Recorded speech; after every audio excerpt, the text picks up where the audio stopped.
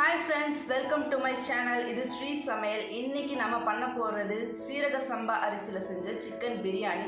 ரொம்பவும் டேஸ்டா ஈஸியா செஞ்சிடலாம். இந்த வீடியோ பார்க்கிறதுக்கு முன்னாடி நம்ம சேனலை சப்ஸ்கிரைப் பண்ணாதவங்க சப்ஸ்கிரைப் பண்ணுங்க, லைக் பண்ணுங்க, ஷேர் பண்ணுங்க, கமெண்ட் பண்ணுங்க. கூடவே இருக்க பெல் ஐகானை மறக்காம கிளிக் பண்ணுங்க. வாங்க வீடியோக்குள்ள போலாம்.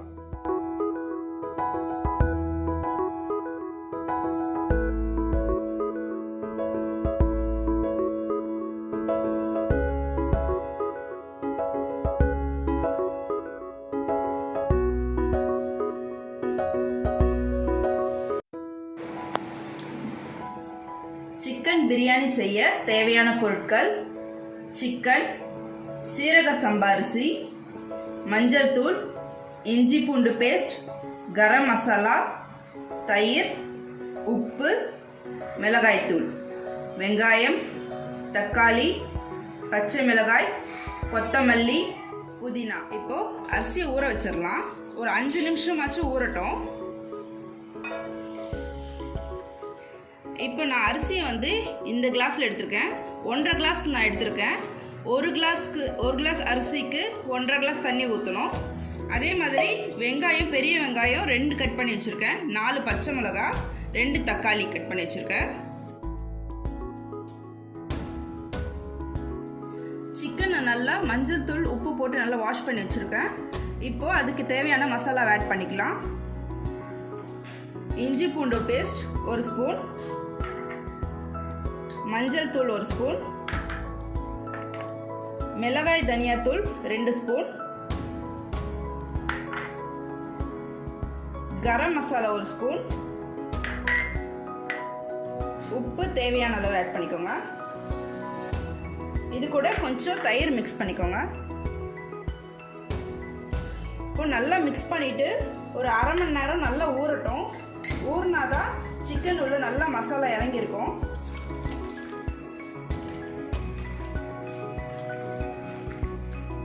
ஒரு 1/2 மணி நேரம் நல்லா ஊறட்டும். ஸ்டவ் ஆன் பண்ணி ஒரு பாத்திரம் வச்சுக்கோங்க. எண்ணெய் ஊற்றிடுங்க. எண்ணெய் கொஞ்சம் சூடாகட்டும். எண்ணெய் சூடானதும் பட்டை, லவங்கம், ஏலக்காய், அன்னாச்சி பூ, கல்பாசி எல்லாத்தையும் போட்டுக்கோங்க. இப்போ வெங்காயம் சேர்த்துடலாம்.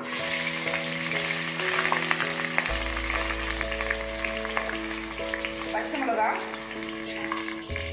நல்லா பொன்னிறமாக வதங்கட்டும்.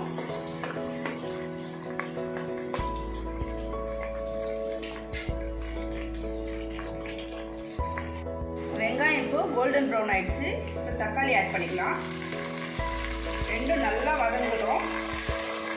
வெங்காயம் தக்காளி நல்லா வதங்கி மேலே எண்ணெய் தனியாக வதக்கணும். அப்போ தான் டேஸ்ட் சூப்பராக இருக்கும்.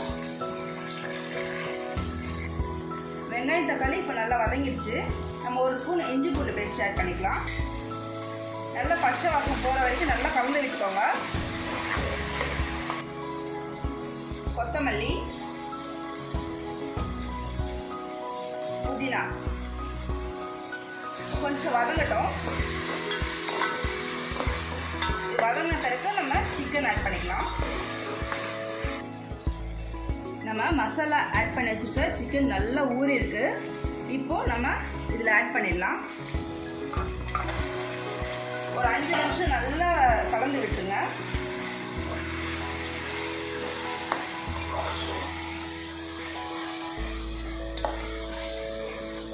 ஒரு 5 நிமிஷம் நல்லா ஃப்ரை ஆகட்டும். இப்போ 5 நிமிஷம் நான் நல்லா கலந்து விட்டாச்சு. நம்ம அளந்து வச்சிருக்க தண்ணியை இதில் ஊற்றிடலாம். 1 கிளாஸ் அரிசிக்கு 1.5 கிளாஸ் அளவு தண்ணி சொல்லியிருந்தேன். அதே அளவுக்கு ஊற்றிடலாம். பாஸ்மதி ரைஸுக்கும் அதே அளவு தாங்க. 1 கிளாஸ் அரிசிக்கு 1.5 கிளாஸ் தண்ணி. அந்த அரிசி நீண்டு வரும் நல்லா.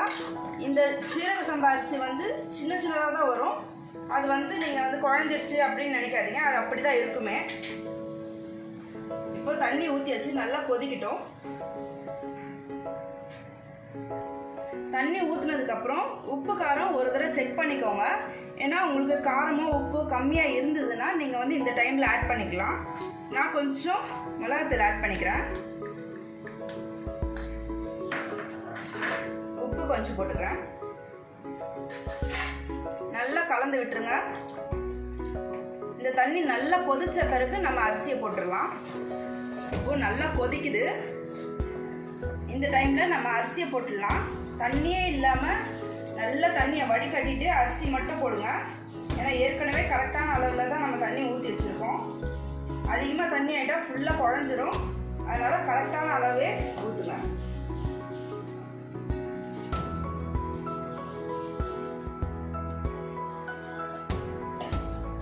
அரிசி போட்டுட்டு கொஞ்சம் கலந்து விட்டுருங்க. கலந்து விட்டுட்டு மேலே கொஞ்சம் புதினா கொத்தமல்லியை தூவி விட்டுருங்க. இப்போ நம்ம மூடிடலாம். தட்டு போட்டு மூடிட்டு மேலே ஒரு கல் மாதிரி, இந்த மாதிரி எல்லார் வீட்லேயும் ஒரு கல் வச்சுருப்பீங்க, இடிக்கிற கல். இது மாதிரி ஒரு கல் இருந்தாலும் வைக்கலாம். அப்படி இந்த கல் இல்லைன்னு நினச்சிங்கன்னா ஒரு பெரிய பாத்திரத்தில் தண்ணி ஃபில் பண்ணி வெயிட்டாக மேலே வச்சுருங்க. கரெக்டாக ஒரு 20 நிமிஷம் ஸ்லோலியே வச்சு நல்லா வேக விடுங்க. 20 நிமிஷம் கழித்து எடுத்து பாருங்கள், நல்லா வெந்திருக்கும். 20 நிமிஷம் ஆயிடுச்சு. இப்போ நம்ம எடுத்து பார்த்துடலாம்.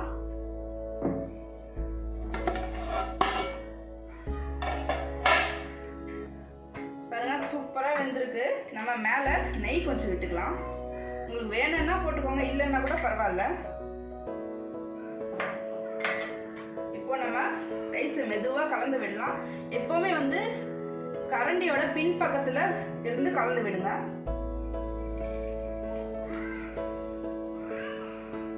பாருங்க, நல்லா வெந்திருக்கு பாருங்க.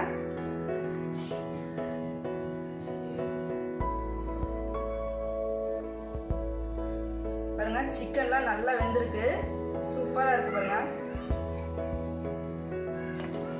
நீங்கள் நான் சொன்ன அளவே கரெக்டாக அந்த தண்ணி அளவு அதே ஊற்றுனீங்கன்னா ரொம்ப கரெக்டாக வரும்.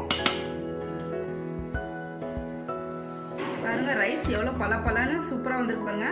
நான் சொன்ன அளவில் கரெக்டாக நீங்கள் தண்ணி ஊற்றுனீங்கன்னா இந்த மாதிரி கரெக்டாக வரும். டேஸ்ட்டும் சூப்பராக இருக்குங்க.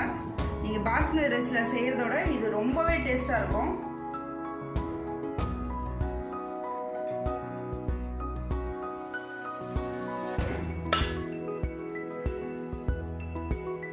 முட்டை இல்லாமல் ஒரு பிரியாணியா? கண்டிப்பாக முட்டை இருக்குங்க.